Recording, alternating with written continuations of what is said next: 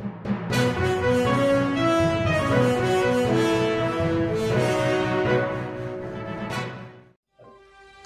सोलापूर न्यूजमध्ये आपल्या सगळ्यांचं स्वागत। सोलापूर पुणे महामार्गाजवळ वरवडेजवळ तालुका माडा सिमेंट वाहतूक करणारा बलकर उलटून चालक जागीच ठार झाला, तर एक जण किरकोळ जखमी झाला। मंगळवारी सायंकाळी 6 वाजण्याच्या सुमारास हा अपघात झाला। हा अपघात चंद्रकांत दुर्योधन माने वय 38 राहणार राष्ट्रीय तालुका मूळ जिल्हा सोलापूर यामध्ये असे ठार झालेल्या बलकर चालकाचे नाव असून सतीशप्पा कांबळे वय 35 हा किरकोळ जखमी झाला आहे।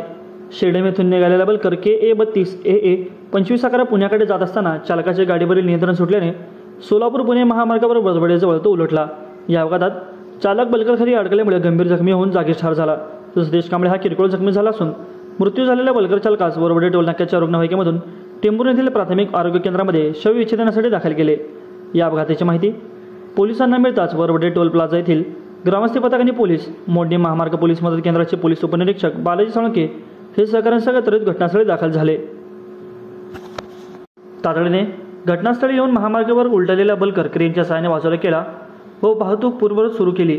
या अपघाताची नोंद टेंभुर्णी पोलीस ठाण्यामध्ये करण्यात आली असून अधिक तपास पोलीस करत आहेत। माझं सोलापूर न्यूज या YouTube चॅनलला सबस्क्राईब करा आणि बेल आयकॉन प्रेस करायला विसरू नका।